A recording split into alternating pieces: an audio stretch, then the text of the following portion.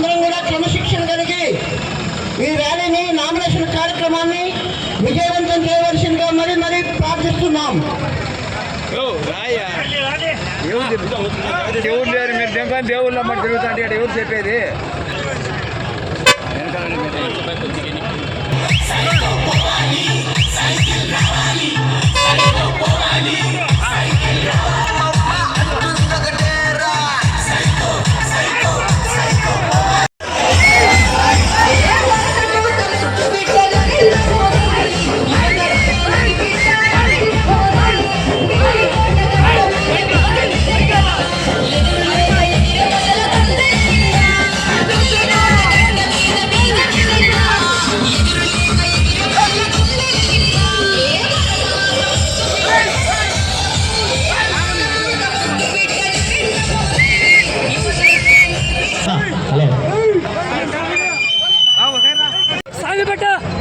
Hello జన సైకులు సైనికులు TDP కార్యకర్తలు బీజేపీ కార్యకర్తలు తగ్గిపోయింది.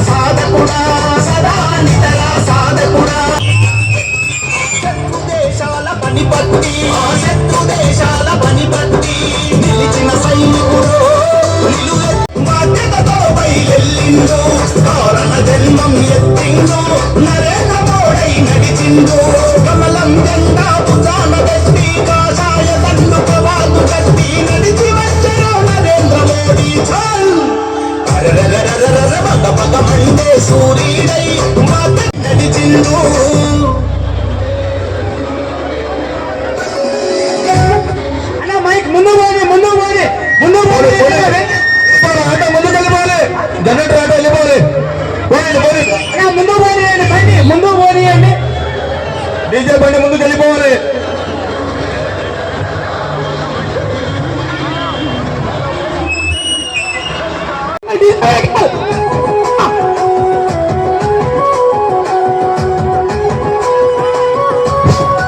హలో భారత్ మాతా కీ జై. ఆటోకు సైడ్ ముందుకు పోనివ్వండి. ఆటోకు సైడ్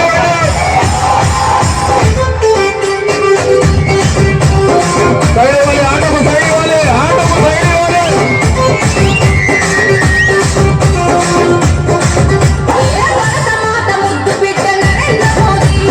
యువతరమే నీ బిడ్డ నరేంద్ర మోదీ ఢిల్లీ కోట కట్ట మీద బీజేపీ జెండా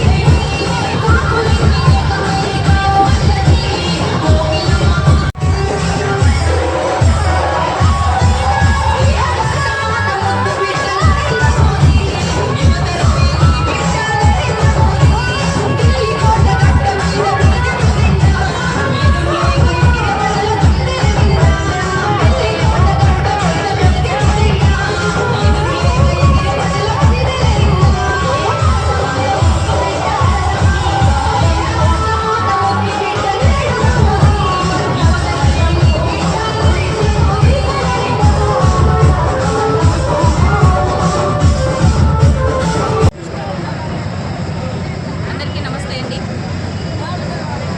రేపు నెల ఎన్నికలలో ఇన్నాళ్ళుగా మనం ఎంత వెయిట్ చేస్తున్నామో జగన్మోహన్ రెడ్డి గారి లాంటి సైకోలని తరిమి కొట్టడానికి రేపు నెల 13వ తేదీన జరుగుతున్నటువంటి ఎలక్షన్స్లో ఖచ్చితంగా ఇలాంటి రాక్షస పరిపాలనను తొక్కివేసి మనకు రామరాజ్యం తెచ్చుకోవాలని చెప్పేసి ప్రతి ఒక్కరూ మహిళలు, చిన్నపిల్లలు, ఉద్యోగస్తులు, యువకులు అందరూ కదం తొక్కి ముందడుగు వేస్తూ వస్తున్నారండి. ఈరోజు బద్వేల్ నియోజకవర్గంలో ఉమ్మడి అభ్యర్థి అయినటువంటి రోషన్న గారిని మన బద్వేల్ నియోజకవర్గం తరపు నుంచి జనసేన, బీజేపీ, తెలుగుదేశం పార్టీలు అందరము ముందుకొచ్చి మా రోషన్న గారిని ఖచ్చితంగా అత్యధిక మెజారిటీతో గెలిపించుకొని తీరుతామని, అలాగే బద్వేల్ అభివృద్ధికి బీజేపీ సాయశక్తుల కృషి చేస్తుందని మేమందరం భావిస్తున్నాము. మరి అసెంబ్లీ ఎన్నికలలో ఇప్పుడు జరుగుతున్నటువంటి ఈ బద్వేల్ నియోజకవర్గాన్ని అత్యధిక మెజారిటీతో రాష్ట్రంలోనే ముందుండే విధంగా మేమందరం మహిళలము ముందుండి ఖచ్చితంగా గెలిపించుకుంటామని ఈ సభాముఖంగా తెలియజేస్తున్నాం. రితీష్ రెడ్డి గారి నాయకత్వంలో బొజ్జా రాజన్న గారిని భారతీయ జనతా పార్టీ, జనసేన, తెలుగుదేశం అత్యధిక మెజారిటీతో గెలిపిస్తున్నాము. ఇది ఒక ఛాలెంజ్ మాకందరికీ.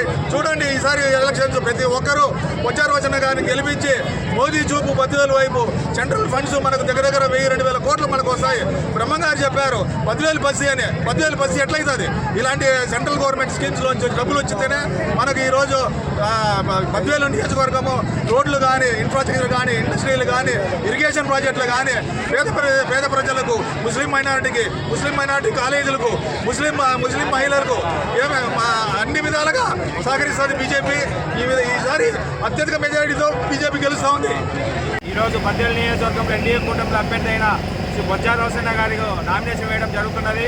దానిలో భాగంగా ఇంచుమించు 10,000 పైచులకు జనసేన, టీడీపీ, బీజేపీ కార్యకర్తలు పాల్గొని విజయవంతం చేయడానికి సిద్ధంగా ఉన్నారు. ఈ కార్యక్రమంలో ఇప్పుడే తెలుస్తుంది మనకు వైఎస్ఆర్సీపీ ఓటమి పాలవుతుందని చెప్పి. కేవలం ఒక బొజ్జా రోషన్న గారు ఒక పిలుపు మేరకే 10,000 మంది జన సమీకరణ ఈరోజు కొంచెం మీ మనుషులందరినీ ఇటు పక్క తెస్తే నాకు సెట్ అయిపోతాను. ఎద్దుల ప్రసాదన్న మీ మనుషులు ఎంతమంది ఉంటారు అందరినీ కంట్రోల్ చేయండి. గెలిచడానికి సిద్ధంగా ఉన్నాడు బద్వేల్ నియోజకవర్గం తెలియజేసుకుంటూ ఎన్డీఏ కూటమిలో మొట్టమొదటిసారిగా జనసేన, బీజేపీ పార్టీ జెండా తెలియజేసుకుంటాం. జై జనసేన, జై తెలుగుదేశం, జై బీజేపీ.